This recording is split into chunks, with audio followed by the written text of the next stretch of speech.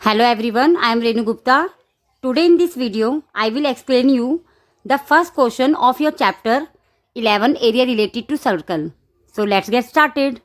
आप लोगों का क्वेश्चन है find the area of a sector of a circle with radius 6 cm if angle of a sector is 60 degree. It's mean question में बोल रहा है कि आप लोगों को एरिया ऑफ सेक्टर फाइंड करना है और उसका आप लोगों को थीटा दे रखा है 60 डिग्री एंड आप लोगों को रेडियस दे रखी है 6 centimetre. First of all I will explain you about the area of sector. मैं आप लोगों को सबसे पहले एरिया ऑफ सेक्टर के बारे में बताऊंगी कि एरिया ऑफ सेक्टर होता क्या है.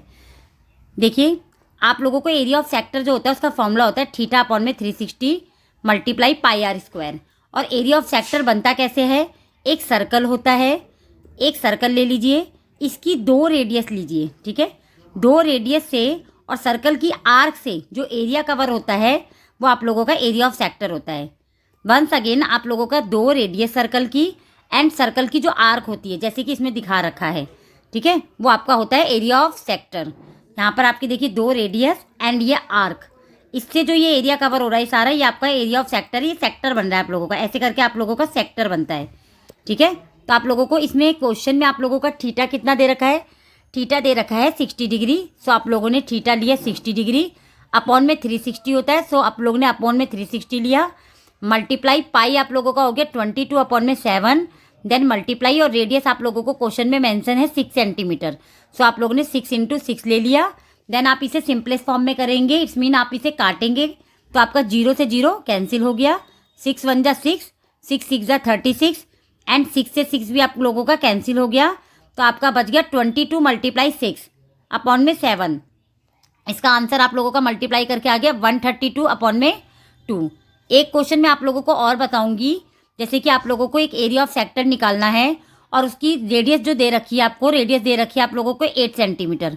मैंने आपको क्योंकि प्रैक्टिस में यहाँ क्वेश्चन दे रखा है जो आप लोगों को करना है, सो आप लोगों को मैं एक और क्वेश्चन समझा रही हूँ ताकि आप लोगों को एरिया ऑफ सेक्टर ठीक से निकालना आ जाए.